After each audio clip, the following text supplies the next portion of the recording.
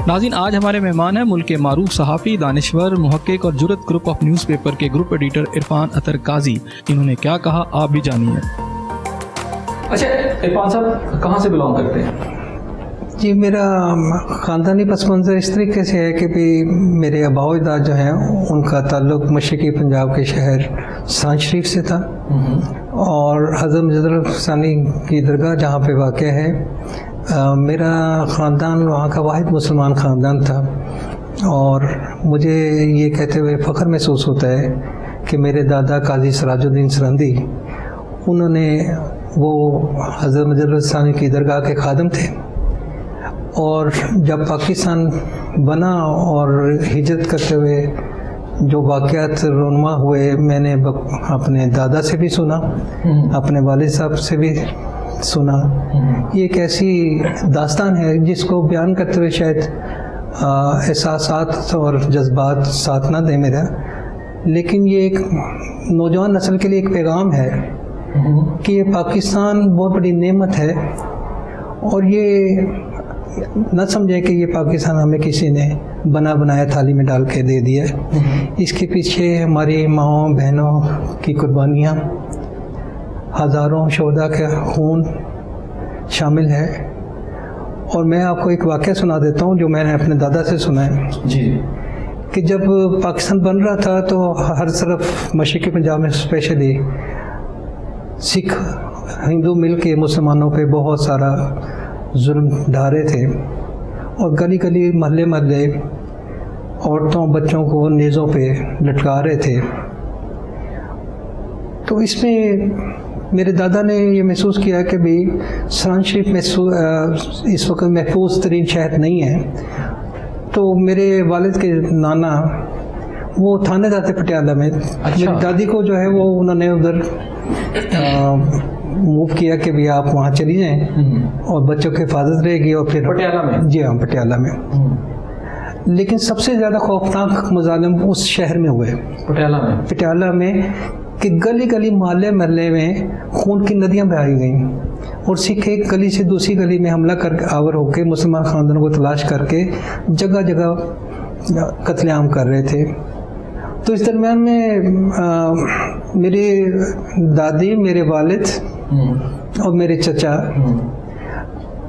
उनको मेरे वालिद के नाना ने ये कह के कि भी एक हवेली में तमाम ख़वातीन, मुसलमान ख़वातीन को मोहल्ले के इकट्ठे किया, इस नज़रिए के साथ, सोच के साथ कि भी शायद यहाँ पे मुसलमान ख़वातीन का तहफ़्फ़ुज़ ज़्यादा अच्छे तरीके से किया जा सकता है। अच्छा।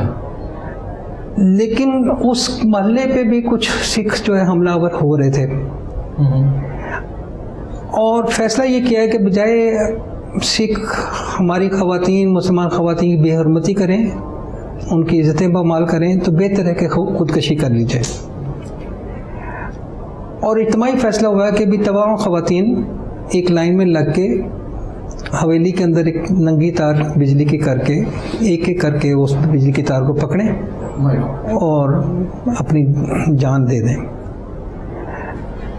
मेरे दादा फरमाते कि भी 5 ख़वातीन लाइन में लगी थी, जिसमें से 2 ने या 3 ने खुदकशी कर ली थी। तो चौथा या 5वां नंबर शायद मेरी दादी का था और उन्होंने भी इरादा यही किया और हाथ में मेरे वालिद, उन्होंने उनका हाथ पकड़ा हुआ था मेरे चचा ने। तो अचानक मेरे वालिद के नाना जो हैं वो नमदार होते हैं। तो मेरी दादी ने ये सोच के कि भी खुदकशी करनी है तो उससे पहले बच्चों को एक कुआं हवेली में था कि पानी पिला दूँ। तो वो मेरे वालिद और मेरे चचा को पकड़ के कुएं की तरफ गई और अचानक वो मेरे वालिद के नाना जो हैं वो वहाँ पे आते हैं और वो ज़बरदस्ती उनका हाथ खींच के और हवेली से बाहर निकल के ले जाते हैं। तो वालिद का कहना है, दादा बकौल दादा के कि भी उसके बाद जो उन्होंने आगे मेरी दादी से सुना होगा, उनका कभी पाकिस्तान पहुंचने के लिए फिर हमने नालियों में छुप के, जहाँ पे लाशें पड़ी हुई थी, लाशों में लाशें बन के अपनी जानें बचाईं और फिर एक लूटा पुटा काफिला ट्रेन के ज़रिए महाजरीन के तौर पे झंग शहर में आकर रुका और वहाँ से फिर हमारा ख़ानदान जो है वो टोबा टेक सिंह आके आबाद हुआ। काजी ख़ानदान हमारा है, टोबा टेक सिंह का एक मारूफ सियासी ख़ानदान भी है। मेरे ताया काजी गयासुद्दीन जांबाज पीपल्स पार्टी के फाउंडर मेंबर्स में रहे। कितने लोग आए इंडिया से आपके जो यहाँ तक पहुँचने में कामयाब हुए? इसका तो मुझे एग्जैक्ट अंदाज़ा नहीं है, लेकिन मेरा ख्याल है कि जो मेरे दादा के भाई थे वो पूरा ख़ानदान, अल्टीमेट वो ख़ानदान महफूज तरीके से पाकिस्तान पहुंचा। लेकिन इसमें एक मेरे वालिद की खालदा थी, वो ज़िंदगी आखिरी उम्र तक उनके सर में 11 छर्रे जो है वो सिखों के फायर किए हुए आखिरी उम्र तक महफूज रहे और वो ज़िंदा रही। ऐसी भी तारीख है। और उसके बाद एक लंबा सफ़र है मेरे दादा और वालिद का, गुरबत, तरक्की, रूजो ज़वाल की एक लंबी कहानी ये। अच्छा, एक बात बताएं, मैं उस तरफ भी आता हूँ। पाकिस्तान के अंदर, ख़ासतौर पर कराची के अंदर, लोग आज भी अपने आप को मुहाजिर कहते हैं। शायद उन्होंने वो तकालीफ नहीं देखी। मैंने आपकी जो भी दास्तान सुनी है, मेरे तो रोंगटे खड़े हो गए। यकीन करें कि वो मनाजिर मेरी आंखों में एकदम आए और मेरी अपने जज्बात इस तरह के हो गए थे, शायद काबू न रख सकूँ। आप अपने आप को मुहाजिर कहते हैं या नहीं कहते? नो। वो लोग मुहाजिर खुद को अभी तक क्यों कहते हैं?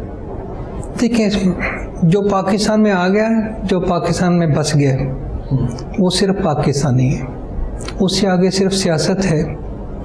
और आप इस चीज़ से जब तक बाहर नहीं निकलेंगे, तासुब से, फिरकावारियत से, नफ़रतों से, उस वक़्त तक आप पाकिस्तानी भी कहलाने के काबिल नहीं हैं। तो मेरी तो यही सोच है कि भी ये शायद एहसास कमतरी का लफ्ज़ है, बर्तरी का नहीं है।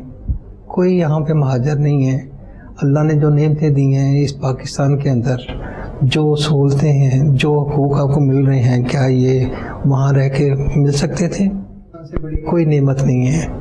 मेरे ईमान है, अगर मेरे सीधे हाथ पे कोई चांद रख दे और उल्टे हाथ पे पाकिस्तान, तो मैं पाकिस्तान को कबूल करूँगा। चांद नहीं चाहिए मुझे पाकिस्तान चाहिए। आज जो पीछे रह गए हैं, यानी कश्मीरियों के साथ जो कुछ हो रहा है, हिंदुस्तान के अंदर जो मुसलमान रह गए हैं, आपको उनका फ्यूचर क्या लगता है? देखिए, ये तो अल्लाह ही बेहतर जानता है, लेकिन एक बहादुर कौम कभी शिकस्त नहीं खाती। कश्मीरी एक बहादुर कौम है जिन्होंने अपनी आज़ादी की खातिर लाखों जानें कुर्बान की हैं। और मेरा ये भी ईमान है कि जब शोहदा के कब्रिस्तान आबाद हो जाते हैं तो उस तहरीक को कोई रोक नहीं सकता।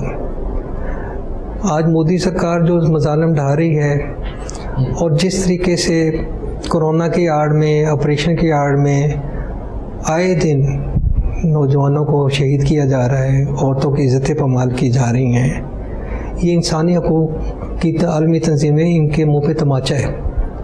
एक धोखेबाजी है, एक फ्रॉड है। क्या उनको ये नज़र नहीं आता कि यहाँ पे कश्मीरियों के साथ क्या जुल्म हो रहे हैं? उनको बाकी इंसानी हकूक़ के सारे मामला तो समझ आते हैं, लेकिन जब कश्मीर की बात आती है, मुसलमान की बात आती है, तो उनकी आंखें और कान बंद हो जाते हैं। तो अफसोस किया जा सकता है।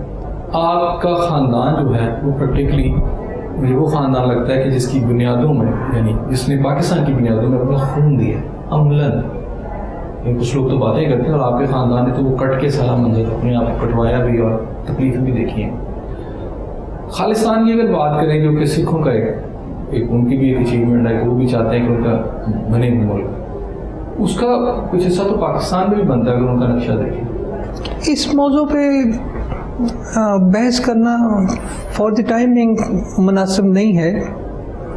और जो सरहदें तयशुदा हैं इंटरनेशनली, उनका वजूद चेंज करना इतना आसान काम नहीं होता। किताबों में, कहानियों में, बोलने में, तकरीरों में तो अच्छा लगता है, लेकिन अगर इस तरफ को जाएगा तो फिर पहले कश्मीर देना पड़ेगा। कश्मीर आज़ाद होगा तो इस खित्ते की बाकी तारीख बदली जाएगी। लेकिन खालिस्तान एक अलहदा सी तारीख है, वो सिखों का अपना एक मज़हबी मामला है, लेकिन उसका वजूद पाकिस्तान में नहीं है। और इसमें क्लियर रहना चाहिए कि ये उनका इंटरनल मामला है।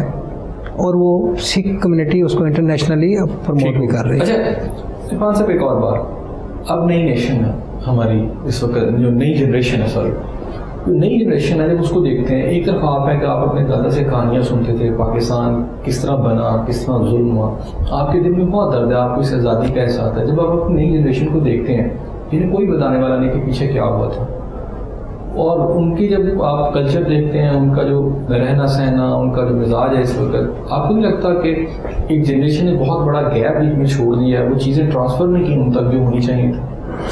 ये बहुत बड़ा अलमिया है, और ये इसका एहसास मुझे ज़ाती तौर पे भी इस लिहाज से होता है कि जब मैं अपने बच्चों को देखता हूँ तो वो जनरेशन एंटायरली चेंज है, डिफरेंट है हमसे। और ये जो आपने गैप, जनरेशन गैप की बात की है, ये बहुत बड़ा गैप है, थोड़ा नहीं है।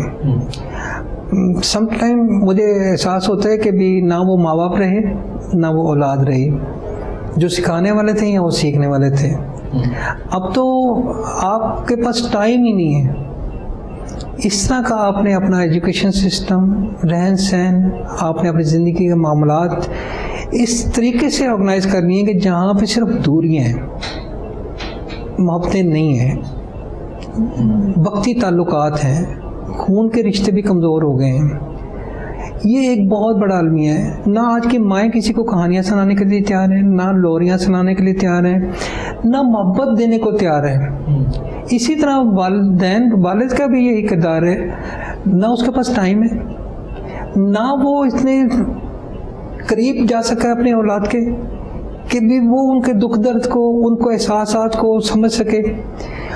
और एक भाग दौड़ है, एक ऐसी जिंदगी में, एक ऐसे पहिए में हम फंस गए हैं जो सिर्फ घूमता ही जाता है, घूमता ही जाता है, घूमता ही जाता है, उसमें सांस नाम की चॉइस कोई नहीं है, हमें भी घुमाया जा रहा है। और ये आपने महसूस करें, अगर आप दिल रखते हैं, सोच है, ये जो लॉकडाउन और ये कोरोना वायरस, इसका जो फेज है, ये जो आपने 50-60 दिन गुजारे हैं घरों में, आप इसमें अपने और पिछले गुजरे हुए टाइम, लॉकडाउन से पहले के टाइम को देखेंगे तो आपको एहसास होगा कि कुछ मोहब्बत बढ़ी है, कम नहीं हुई। जहाँ दरख्त, मौसम, दरिया, नदी नाले साफ हुए हैं, आबो हवा साफ हुई है, एक सुकून, एक सुकून आपको फील होता है, एक एहसास होता है, एक रोमांस सा फील होता है आपको कि आप कहाँ, कौन सी दुनिया में आ गए। ये इस पिछले 50 दिन में जो कुछ हमने देखा है, सड़कों पे सुकून, खुशगपियाँ घर के अंदर, पेरेंट्स का बच्चों के साथ अटैचमेंट, नई नई ज़िंदगी के मामलात, खाने पकाने, ये सारा एक गैप आ गया था जिसके अंदर आपके पास टाइम ही नहीं था अपने औलाद के पास बैठने के लिए, अपने अपनों के पास बैठने, माँ बाप के पास बैठने के लिए, बहन भाई के पास बैठने के लिए। ये अल्लाह ने एक नेमत के तौर पे सबक भी है। मैं तो दुआ करता हूँ कि भी अल्लाह ताला ज़िंदगी का पहिया अच्छा घुमाए, लेकिन ज़िंदगी में थोड़ा सा वक्फा भी होना चाहिए। और ये कुदरत ने आपको ज़बरदस्ती वक्फा दिया है कि अकल करो। आप सिर्फ इन सड़कों को देखें जो लॉकडाउन वाले दिनों की हैं, और उस माहौल को देखें तो उसमें आपको कौन सा एहसास, ठीक है हमने माशी तौर पर नुकसान किया है, बहुत कुछ हुआ है, ये कोई नहीं चाहता, लेकिन इससे कुछ सबक सीखने चाहिए। कुछ वापस भी मिला हमें, बेतहाशा मिला है वापस। ये मोहब्बतें मिली, कुर्बतें मिली, औलाद मिली, माँ बाप मिले, उनके पास बैठना मिला, आपके पास इतना टाइम था कि आप सुकून से अपने दिल की बात जो नहीं कर सकते थे, जो मसले मसाइल आप नहीं सुन सकते थे, जो मोहब्बतें आप शेयर नहीं कर, जो मुस्कुराहटें नहीं आप एक दूसरे से शेयर कर सकते, आपको तो अपनी पहचान खो गए थे। यहाँ से वक्त है छोटे से ब्रेक का, यहाँ ब्रेक लेते हैं, जब मैं ब्रेक के बाद वापस आऊँगा तो मज़ीद बात करेंगे हमारे साथ।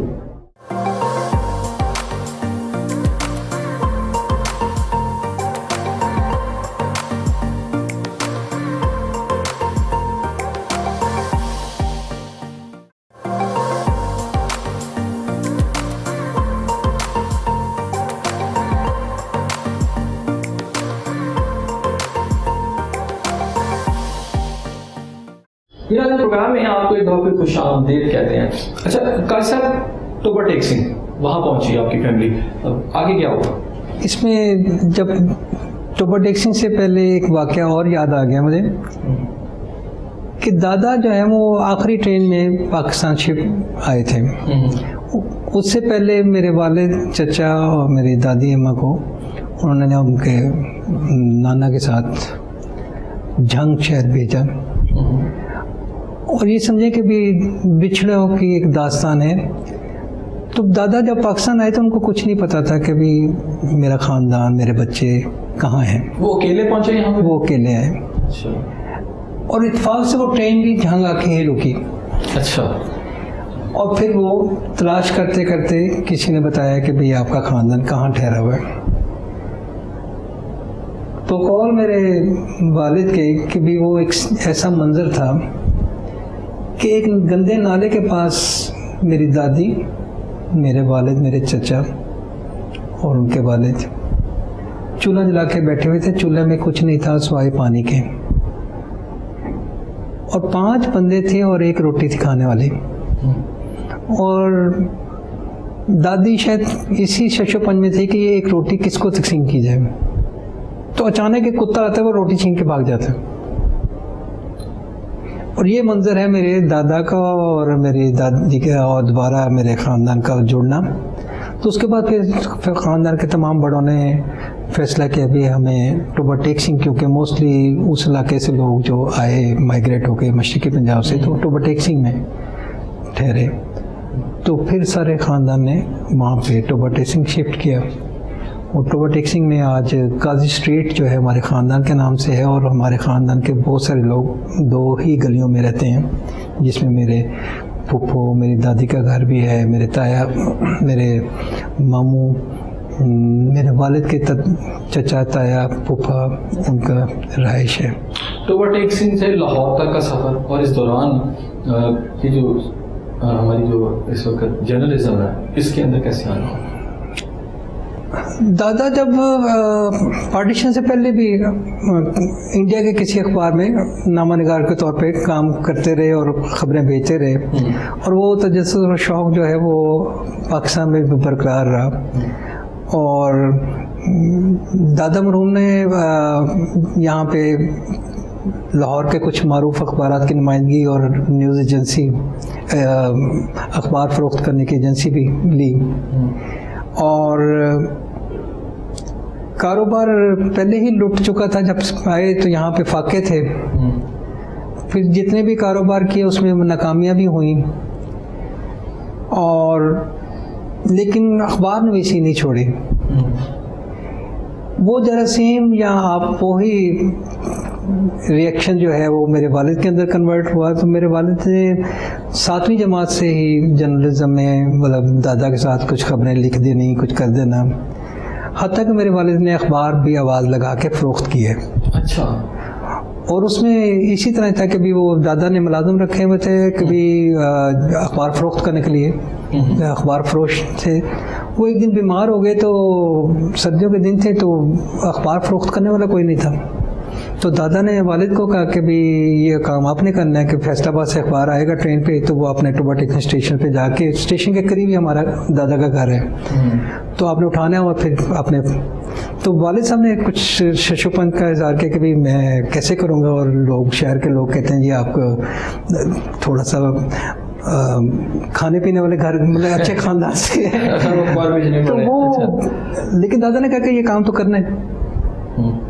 तो जब वालिद बाज़ार में, मेन बाज़ार टोबा टेक्सिंग आवाज़ लगा के अखबार बेच रहे थे, तो एक दादा के ही दोस्त आए, तो उन्होंने तंज़िया तौर पे वालिद के कंधे पे हाथ रखा, तो कहने लगे कि गले भाई तेरा प्यो दिवालिया हो गया कि जरा तुम अखबार आवाज़ ला के बेचना। कहने लगे मैं, मेरे वालिद कहने लगे कि भाई मैं उस वक्त रोता हुआ वापस दादा के पास आया कि ये काम ऐसे नहीं होना, इस तरह बंदे ने ये काम किया। तो दादा ने ये कहा कि भी बात ये है कि मैं तुम्हें उस वक़्त के लिए तैयार कर रहा हूँ कि जब तुम्हें कभी ज़िंदगी में कोई मुश्किल पेश आए तो तुम्हें कोई चीज़ आर ना लगे, कोई काम बुरा ना लगे, तो ये काम तुमने करना है। तो वो 3-4 दिन वो ड्यूटी भी वालिद ने दी। और सियासी पस मंज़र में मेरे ख़ानदान में सियासत, मेरे दादा जो है टोबा टेक्सिंग म्यूनसिपैलिटी के वाइस चेयरमैन रहे। फिर मेरे ताया काजी गैसुद्दीन जहाँबाज, मैंने जैसा कि आपको बताया कि वो पीपल्स पार्टी बेनज़ीर भुट्टो के एग्जेक्टिव के मेंबर थे। भट्टो के बहुत करीबी साथियों में थे। ये वो शख्सियत हैं जिन्होंने शाही किला 7 साल काटा, अच्छा, तकलीफ़ें काटी, लेकिन कमाल ये है कि इस दरवेश आदमी ने एक पैनी, 1 रुपए का रवादारी या पैसा बनाना, कोई कारोबार ऐसा करना, बावजूद इसके कि भी बेनज़ीर की ख्वाहिश थी, वो बेनज़ीर साहबा जो है अल्लाह ताला उनको मग़फ़िरत करे, वो चाहती थी, वो काजी कहते थे जब बस सबको बाबा जी कहती थी कि बाबा जी आप मेरे से कोई काम ले लें, तो लेकिन नहीं, ऐसा नहीं हुआ। और अल्लाह ताला उनकी मग़फ़िरत करे। वो एक ऐसी मिसाल है कि शायद पंजाब की सियासी तारीख़ में, पाकिस्तान की सियासी तारीख़ में ऐसे वर्कर कारकुन नहीं पैदा होते। बाद में इख्तिलाफात के नतीजे में पीपल पार्टी से छोड़ा, उसके बाद आखिरी एग्जेक्टिव जो है वो तहरीक इंसाफ की थी जिसके वो मेंबर थे। आप खुद कैसे आए इसमें? फादर को देखे आए सर? कुदरती तौर पे, क्योंकि कोई ऑप्शन नहीं था, घर के अंदर सारी दुनिया ही अखबार की थी। दादा भी इन्वॉल्व थे, दादा फिर टोबा टेक्सिंग से लाहौर आ गए और फिर अखबारी उमूर में उन्होंने अमल दखल था उनका, और अल्टीमेट वालिद को देखा, तो चॉइस कोई नहीं थी। अच्छा इरफान साहब, एक होती है चॉइस और एक होता है शौक, तो दोनों में क्या था? आई थिंक दोनों ही चीज़ें मेरे में इन्वॉल्व थी। इसमें हुआ ये कि भी घर के अंदर तो अखबार की दुनिया थी, कपड़े की अलमारियों के बजाय जो है वहाँ पर अखबार की अलमारियाँ भरी होती थी, और सोचे कुछ थी ऐसी कि भी बंदा इस प्रोफेशन, क्योंकि मुझे खुद भी अंदाज़ा नहीं था कि मैंने इसमें आना है। और ये कुदरत जब आपको किसी काम के लिए चूज़ कर लेती है तो फिर आपके लिए रास्ते भी खुद ब खुद बन जाते हैं। तो मेरी भी शायद मैट्रिक तक कोई चॉइस नहीं थी या सोच नहीं थी कि मैंने जर्नलिस्ट बनना है। मास वाइस के वालिद हुआ ये था कि भी मेरे एक मैट्रिक के बाद रिजल्ट में कुछ टाइम था, तो मेरा एक दोस्त जो है ना किसी फैक्ट्री में काम करता था। तो एक दिन हम ग्राउंड में बैठे तो उसने मुझे कहा कि भी ना मुझे 1500 या 1600 रुपये मंथली इनकम हो जाती है, तो मैं तो बड़ा मज़े में हूँ। वो मैट्रिक का बंदा और उस टाइम में ये पैसे जेब में, मैं कहा ये तो बड़ी अयाशी है। तो ये सोच के मैंने उसको कहा यार मुझे भी नौकरी लगवा दो। तो ये 3 महीने में घर में बैठा रहता हूँ तो मुझे नौकरी, तो वो नौकरी जो थी किसी फैक्ट्री में जो है पैकिंग की थी। अच्छा, तो मैंने उससे कहा कोई मसला नहीं, मैं अपने मैनेजर से बात करता हूँ। तो अगले दिन आकर उसने कहा जी ठीक है आप आ जाएं। तो मैंने अपनी वालदा को कहा कि भाई मुझे ना कल से सुबह जल्दी जगा देना, तो मैंने जाना है और शाम को 5 बजे में।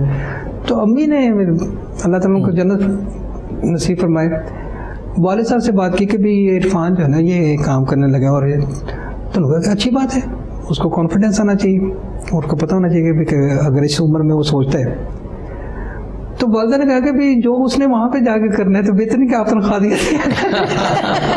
तो समझे कि मैं तनख्वाह की लालच में लेकिन ये एक समझे मजाक की हद तक है।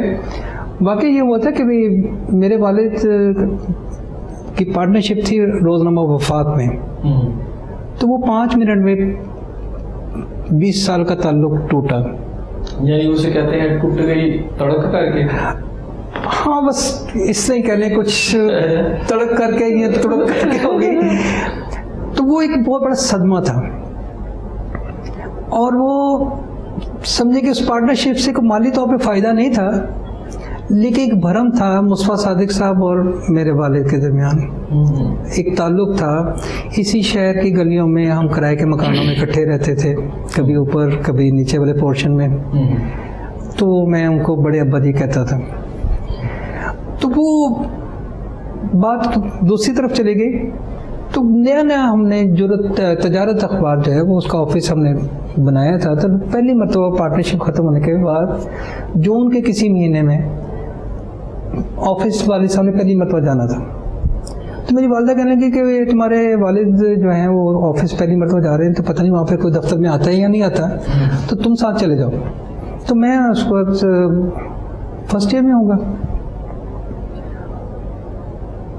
तो मैं पहली मरतबा जब हम रॉयल पार्क वाले ऑफिस में गए तो वो सिर्फ बेसमेंट था उसमें और कोई कमरा। तो वहाँ पे हमारे पास अपनी कुर्सी मेज़ नहीं थी, अच्छा। और पंखा भी नहीं था। घर से पेडिस्टल फैन जो है ना वो लेके गए, और हमारे मोहब्बत ताया हाजी बरकत अली मरहूम, उनकी टेंट सर्विस से हमने कुछ कुर्सियाँ और मेज़ मंगवाई। अच्छा। तो ये हमारा ऑफिस इस तरह शुरू हुआ। फिर मुझे नहीं पता कि भी इसी बहाने वालिद को कभी पिक करने के ऑफिस से घर तक पिक एंड ड्रॉप देने के चक्कर में मैं भी अखबार नवीस बनता गया, टाइम देना शुरू कर दिया। फिर वो शौक़ और जुनून बन गया। अल्टीमेटली अब मेरा जुनून है, मेरा ओढ़ना पछौना यही है। मेरे ख़ानदान का और कोई ओढ़ना पछौना कारोबार नहीं है। अच्छा, कहीं होता है ना जिनके ये बिजनेस है, मोस्टली अगर हम देखें इस बिजनेस यानी जो सहाबत के अंदर जो लोग हैं मालकान हैं, उनके बहुत सारे बिजनेस भी होते हैं और ये भी होता है, और you are the only one के जिनका अल्हम्दुलिल्लाह फ़ख्र है मुझे इसके। मुझे इस बात पे फ़ख्र है कि ये वो अदारा है या चंद एक और अदारे हो सकते हैं कम से कम जिसमें प्रैक्टिकली जिसके मालिक, जिसके ओनरशिप में खून पसीने का एक एक कतरा लगाया हुआ है इस बिल्डिंग, इस मीडिया हाउस के अंदर, और इसमें पैसे का अमल दखल नहीं है। इसमें एक तो ऊपर वाली ज़ात है जिसका करम ही करम रहा है हर मौके पे, दूसरा है मेहनत, दयानतदारी और जुनून अपने काम से। इसके अलावा तीसरी जो इम्पोर्टेंट सबसे बात है, इस अदारे में काम करने वाले लोग, वो लोग जिन्होंने दिन रात खून पसीना, मेहनत, तकलीफ़ें, भूख नंग हमारे साथ गुजारी हैं। इस अदारे में अब ऐसे भी लोग हैं जिनकी एवरेज हमारे साथ कम से कम 20 से 22 साल है एसोसिएशन, और ये सबसे बड़ा एसेट है। जिन लोगों से मैंने सीखा वो बुज़ुर्ग भी ऐसे ही थे। सदीक सुबानी साहब जो मेरे उस्ताद भी थे, जो मेरे वालिद के राइट हैंड थे, वो लोग थे जिन्होंने सिखाया हमें। ना हम मालिक थे ना वो हमारे साथ उस तरह मुलाजिम थे, बस एक रिश्ता था जो आगे बढ़ाता गया, हौसला देता रहा। वो उसका नतीजा कि आप इन्वॉल्व होते गए, आप सिस्टमेटिकली कुदरत ने आपको इस सिस्टम के अंदर, सहाफ़त के अंदर। फिर मैंने पंजाब यूनिवर्सिटी से अबलागियात में मास्टर्स किया। बात यह कि कुदरत आपको खुद से कुछ चीज़ों के लिए जिम्मेदारी दे देती है। तो ख़ानदानी पस मंज़र तो था ही। फैमिली में बहन भाइयों में कितने बहन भाई हैं? अलहमदुलिल्लाह 4 बहन भाई हैं और एक बहन हमारी फौत हो चुकी है। तो ये इस प्रोफेशन के अंदर सिर्फ आप आए और भाई नहीं आए? नहीं, मेरे से छोटे इमरान हैं, इमरान अतर काजी। वो हमारी तमाम मैनेजमेंट अकाउंट्स वो यहीं पे हैं वालिद की सरपरस्ती में। और मेरी तरफ ये है प्रोडक्शन है, न्यूज़ रूम है, मैनेजमेंट है। अकाउंट्स का मेरे साथ कोई ताल्लुक़ नहीं, अकाउंट्स का मैं बंदा नहीं हूँ।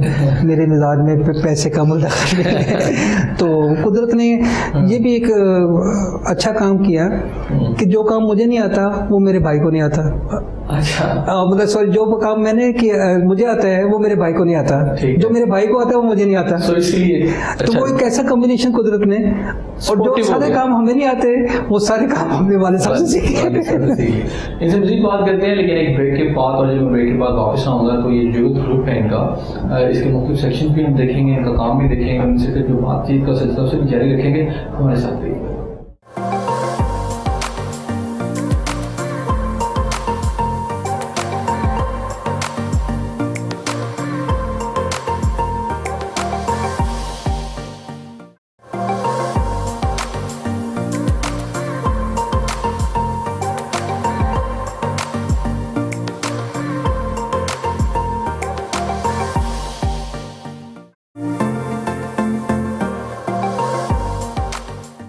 अच्छा, ये बताएं कि इस वक्त हम जहाँ खड़े हैं ये कौन सा सेक्शन है जी आपके ग्रुप का? ये हमारा डिज़ाइनिंग सेक्शन है। इसमें पेज मेकिंग, डिज़ाइनिंग है, तमाम अखबार के पेजेस तैयार होते हैं। और ये हमारे अमानत अली साहब हैं, ये हमारे अखबार ख़वातीन की डिज़ाइनिंग करते हैं।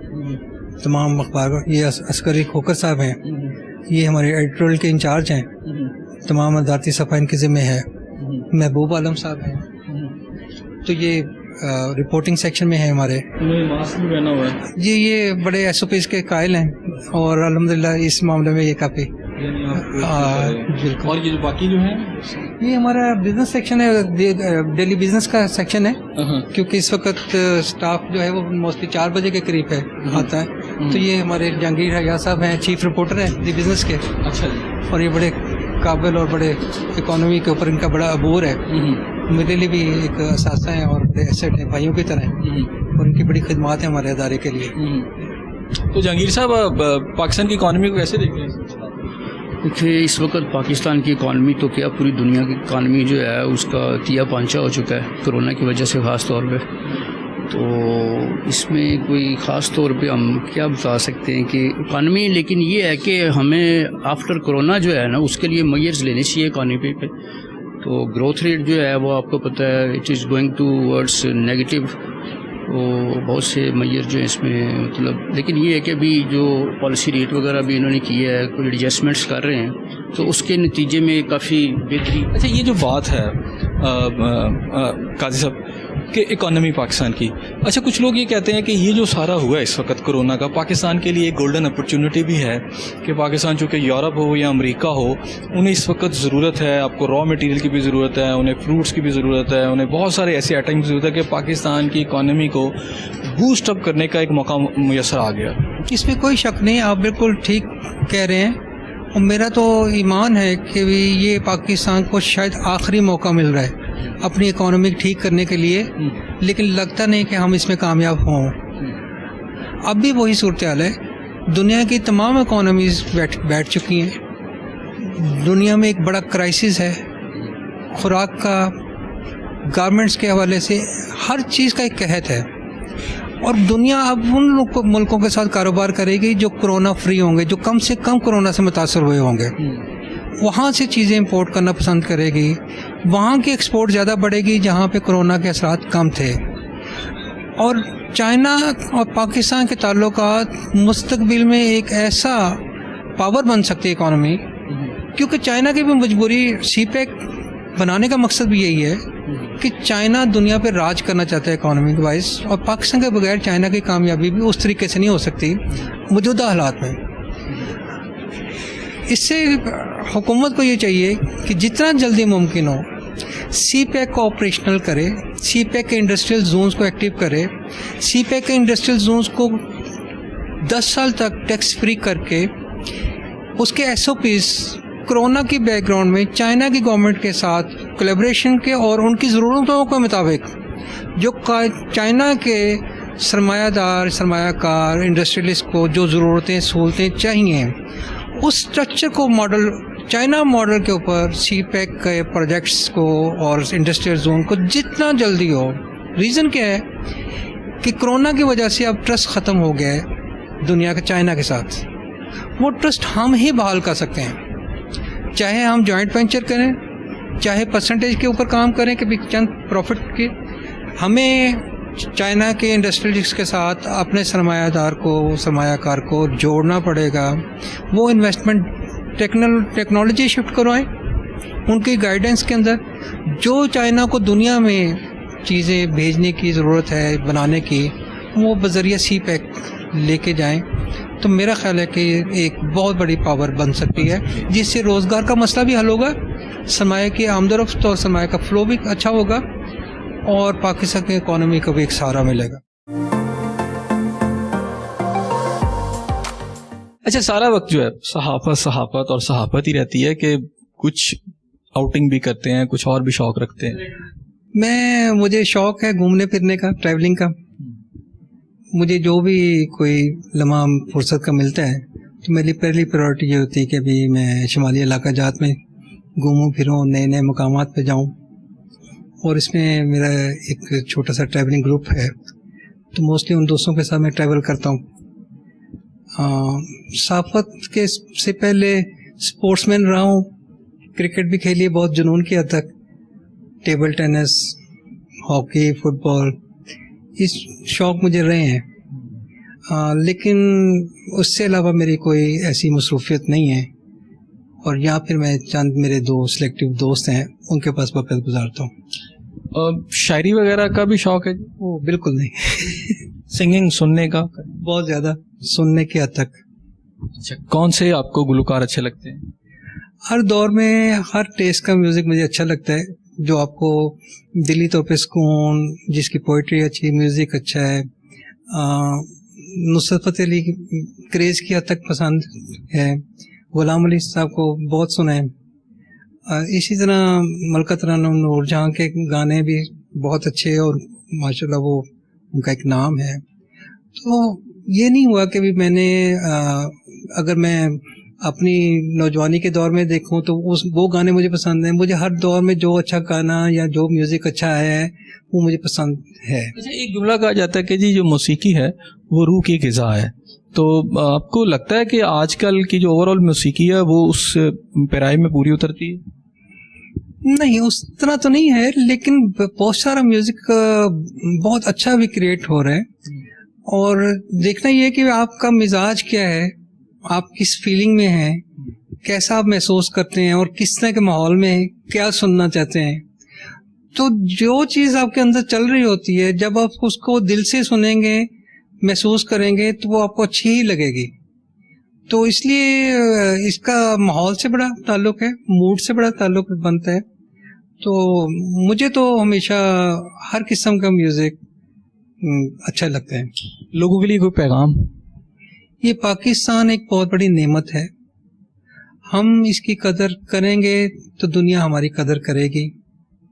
अगर हम इसी तवक्को से बैठे रहेंगे कि कोई आएगा और इस पाकिस्तान को बनाएगा, नए नए नारे देके जाएगा, तो ये सब्ज़ बाग तो हम पिछले 70 साल से सुन रहे हैं और देख रहे हैं। हमें अपनी तकदीर अगर बदलनी है तो यकीनन पहला कदम हमें अपने घर से ही शुरू करना पड़ेगा। और कोई हुकूमत, कोई सियासतदान वो आपके मसाइल उस तरीके से हल नहीं कर सकता। कोशिश भी अगर कर ले तो वो पूरी तरह नहीं हो सकता है, जब तक कि आप कदम ब कदम अपने हुकूमत, अपने मुल्क और अपनी सोचों के साथ नहीं चलेंगे। आपके जज्बे सच्चे होंगे, आप दयानतदार होंगे, मुखलिस होंगे, तो कामयाबी हर जगह पे, हर कदम आपके कदम चूमेगी। अगर आप सिर्फ इस तवक्को से बैठे रहेंगे कि कोई आएगा और मन्नत सल्लवा लेके उतरेगा और आप पेट भर के खाएंगे, तो ये कहानी ज़्यादा देर चलती नज़र नहीं आती। मैं सिर्फ यही चाहता हूँ कि मेरा हर पाकिस्तानी भाई बहन वो अपने आप को मजबूत करे और किसी पे तकिया न करे, सहारा न ढूंढे, जिस जिस फील्ड में भी हैं। अगर वो मजदूर है तो वो दयानतदारी से मजदूरी करे, अगर वो इंजीनियर है तो वो दयानतदारी से अपने अच्छे फ़राइज़ अंजाम दे के इस मुल्क को अच्छी मशीनरी दे। अगर कोई खातून है तो वो अपने घर को अच्छा मजबूत करे, अगर कोई बेटा है तो वो अपने मुल्क के ऊपर जान निसार करने और इस सोच के साथ आगे बढ़े कि ये पाकिस्तान है तो हम हैं, वरना कुछ नहीं है। नाज़रीन, बड़ी खूबसूरत बातें कि इरफान अतर काजी साहब ने, और कहना यही था कि ये जो नेमत है आज़ादी की, ये जो मुल्क मिलना, ये कोई छोटी बात नहीं है, बहुत बड़ी नेमत है। और इसको आगे बढ़ाने के लिए अब यही जो कुलिया इन्होंने बताया वो कि पहला कदम अपने घर से चलना, फिर कदम ब कदम आप चलते जाएंगे। इस दुआ के साथ कि अल्लाह ताला आपको अपनी रहमतों के साए में रखे। अपने मेज़बान हसन ज़िया को इजाज़त दीजिए। अल्लाह हाफिज़।